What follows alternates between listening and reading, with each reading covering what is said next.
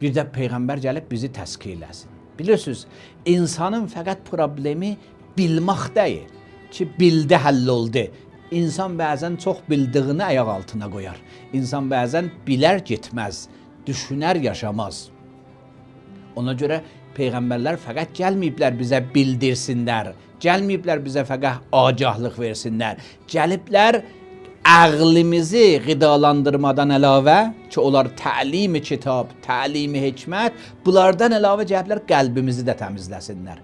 Qəlbi təmizlənsə, o bildiyimə əməl elərəm. Qəlbi təmizlənsə, daha mənim qəlbimdə nifaq olmaz, daha qəlbimdə kinə olmaz, daha qəlbimdə nəfsə qulluq eləmək olmaz, daha qəlbimdə pəxillik olmaz. O zibilləri ki, qəlbə aiddir və səbəb olar mən yaşamayam o dininlə, Allahın sözünü ayağımın altına qoyam. Onları məni həyatımdan paçlaşdırır və təmizləyir.